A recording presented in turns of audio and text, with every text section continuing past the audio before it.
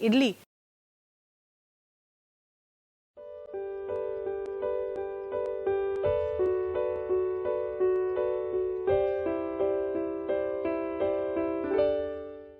Hi, I'm Anupa and I welcome you to Sanjeev Kapoor Khazana and a warm welcome to our series of cooking for beginners. After doing the idli batter, now let's make idli. Since we have this very nice fermented batter with us, it'll be very easy for us to make idlis, and if you follow my recipe of making the idli batter correctly, by the end of this recipe, even you'll be a pro in making idlis. So what we need for this is a bowl full of fermented idli batter, salt, oil. When we had made the batter, we had not added any salt to it because when you add salt to fermenting, it slows down the process. So when you put the batter to ferment, do not mix any salt. Salt has to be mixed into fermented batter. So let's mix some salt here.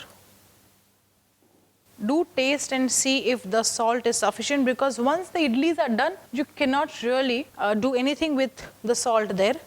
So it's important. Little more is needed.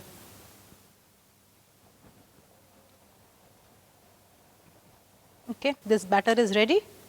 Now comes the idli molds. See, I have a steamer here with me. You see this? I have put water in it because this is what will create the steam. And idlis are supposed to be steamed. Whatever steamer that you have at home, you can use that. But something very specific that you need to have at home is the idli stand. These are the idli molds which you need to purchase, and after you have got your idli molds, we have to grease them. Why we have to grease them? Is because the idlis will come off easily once they are steamed. So we'll first have to put some oil in this. You don't need much oil, just 1 spoon will be sufficient for us to grease all the 4 molds. This is a one-time investment. You should do it because this is just a basic idli recipe that I've shown, but there are so many other idlis that you can make. You can make vegetable idli, you can make Kanchipuram idli, you can make spinach idlis. So there are various recipes. So with this batter, you can add a lot of things in this and make idlis. So one day if you make plain white idlis, next day you can make spinach idlis. The third day you can make chicken idlis. The combinations are plenty. You just need to know how to go ahead with it. So we'll put some oil here. Before we started, we had switched on the steamer. It has already got heated. I can see a lot of steam coming out. All that I have to do now is pour the batter in these molds, and the idlis are good to go in the steamer.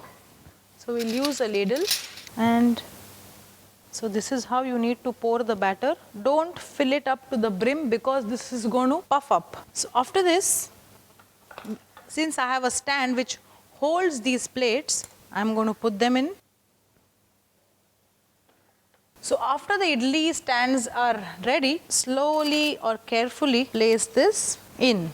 Now cover this with the lid. Now this will take us at least 10 to 12 minutes for the idlis to be ready. And once they are ready, we will nicely scoop it out of the plates and serve hot idli with piping hot sambar. Okay, so it's 15 minutes and the idlis are done. We'll now open this lid. You see the steam that's trapped inside. Now very carefully, we have to remove this stand. Just be careful so that the steam doesn't get onto your hand. Now again, very carefully remove these plates out. Now we have to remove the idlis from these plates. Use a spoon and hold the plate from one side. All you have to do is scoop it out like this. Since we have put sufficient oil, it will come off very easily. You see this? And we'll quickly put it onto a plate. Let's do one more. It comes off very easily. So greasing is very important. So this is how you demold or get the idli out of the idli plate. Now if you still have some batter remaining and you want to make another batch of idlis, what you should do is rinse this with cold water and apply a layer of oil again. You have to grease this every time that you want to make an idli. Don't think that there is some oil on this and the idli will come out fine. No. You have to grease it every time. So after you remove all these idlis, dip this plate or just pour some running water over it, clean it up and apply oil, and then again make another batch of idlis. So that way your idlis will come out clean and nothing will stick onto these plates. So this was a very simple recipe of idli. Make this recipe just the way I have made it and you'll be very proud of yourself.